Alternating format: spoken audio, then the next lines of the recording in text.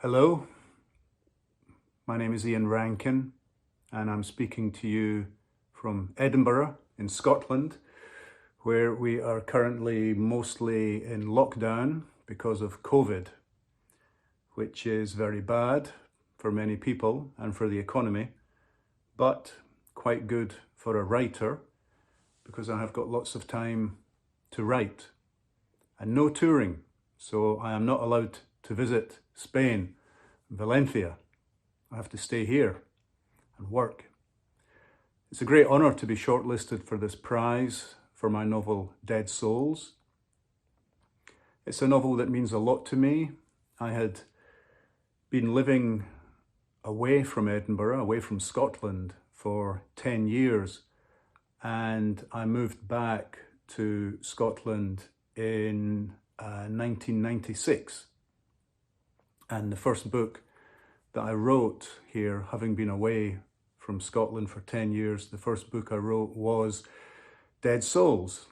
And it is the longest of the Rebus novels. I think it's the most complex novel in terms of theme and lots of plotting, lots of different storylines, lots and lots of characters. So I am very grateful to my translator, because without a good translator, there is no possibility for my story to be told well and to be understandable in different cultures.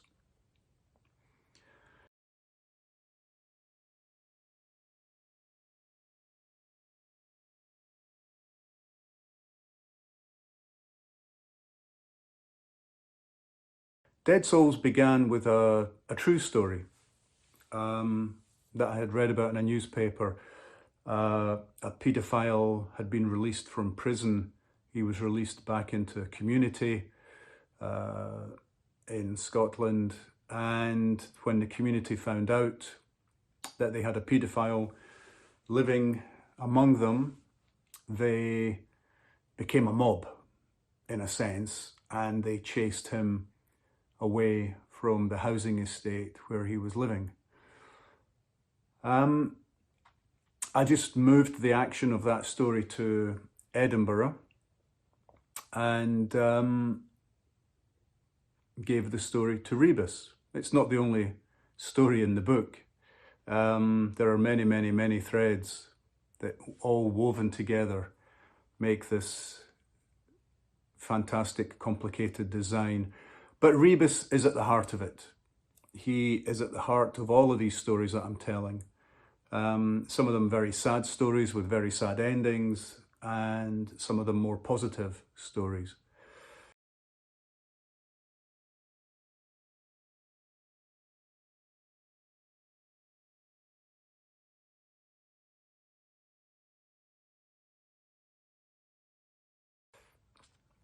And Rebus, for me, has always been a way of exploring Edinburgh, exploring Scotland, and exploring Western society, exploring what could be any city in any country in Europe.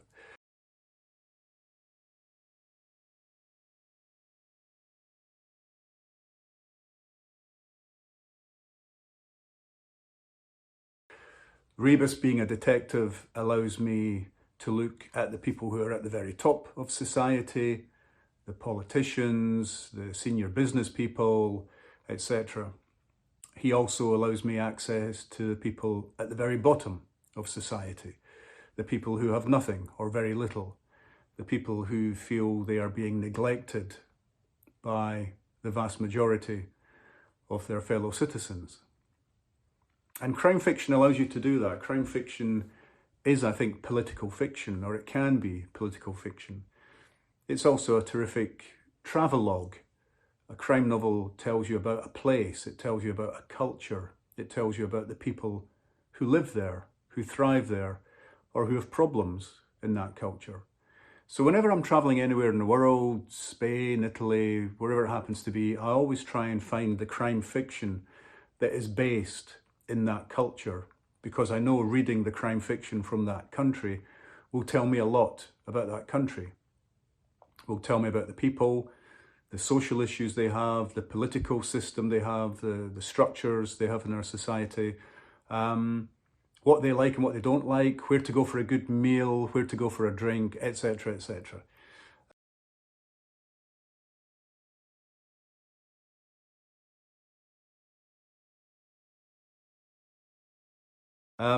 Not long before I wrote Dead Souls, I had taken Rebus out of a more fictitious Edinburgh. At the beginning of the series, I thought fiction has to be fictitious. So Rebus would work in a fictitious police station on a fictional street. He would drink in fictional bars and go back to his apartment in an unnamed street.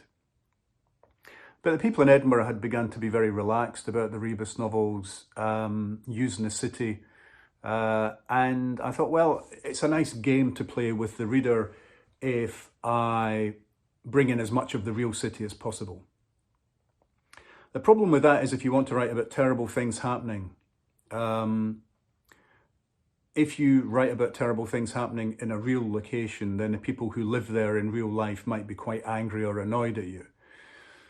So I, in this book, invent a really rough, rundown working class housing estate within the city, which I call Greenfield. People who live in Edinburgh kind of know where it must be, but I made it fictional because I needed something terrible to be happening there, and I didn't want to say terrible things about real people or people who are living in a real place. But Rebus does live in a real street, I name it. He does drink in a real pub, the Oxford Bar. He goes there several times in the course of the book. Some of the action takes place on top of Arthur's Seat, which is an extinct volcano in Edinburgh. It's a famous tourist destination. And it's been used in fiction many times, most famously possibly in a book called Memoirs and Confessions of a Justified Sinner by a novelist called James Hogg. This was a predecessor to Robert Louis Stevenson's Dr. Jekyll and Mr. Hyde.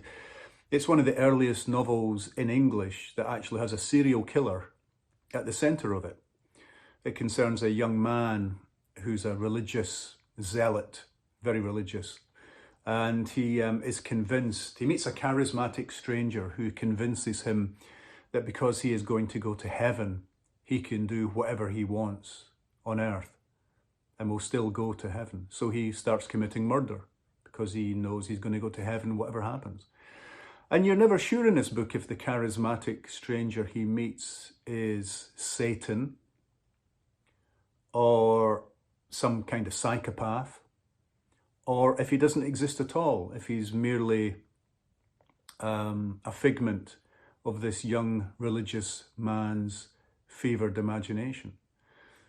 And that book, along with Dr. Jekyll and Mr. Hyde, have always been my guiding stars when it comes to my novels, because I want to write about the fact that within us, we human beings have the ability to be good, but also the ability to be evil or to commit acts of evil, depending on circumstance and history and culture and everything else.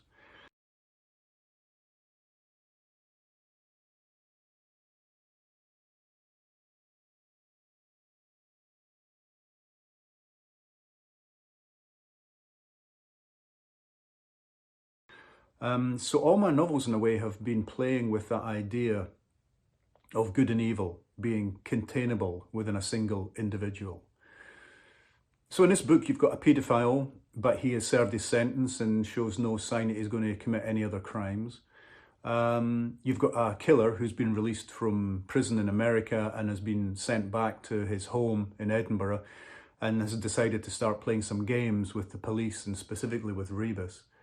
You've got a police officer who seems to have committed suicide by leaping from the top of Arthur's Seat, the extinct volcano.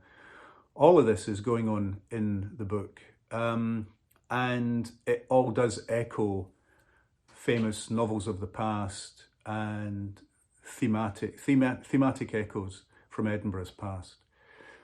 I think this book, because it is a big, long book, it does explore Edinburgh in greater depth than my previous books. I think it is the longest Rebus novel I've written today. As I get older, my books are beginning to get shorter again.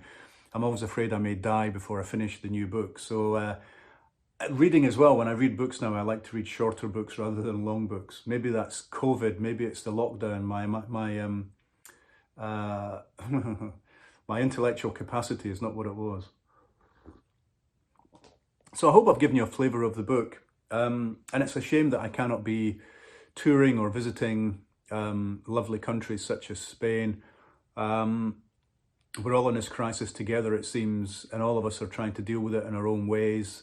I just hope that we can come together as societies and cultures afterwards and not have this virus change our way of interacting with the world or looking at the world. There is a fear that we may become more insular, more isolated in our little bubbles. And I think the worst thing that could possibly happen as an outcome of the virus is that we stay in these small bubbles that seem to have been created, interacting only with a very few people, all of whom have the same opinions as us, political opinions, social opinions, philosophical opinions.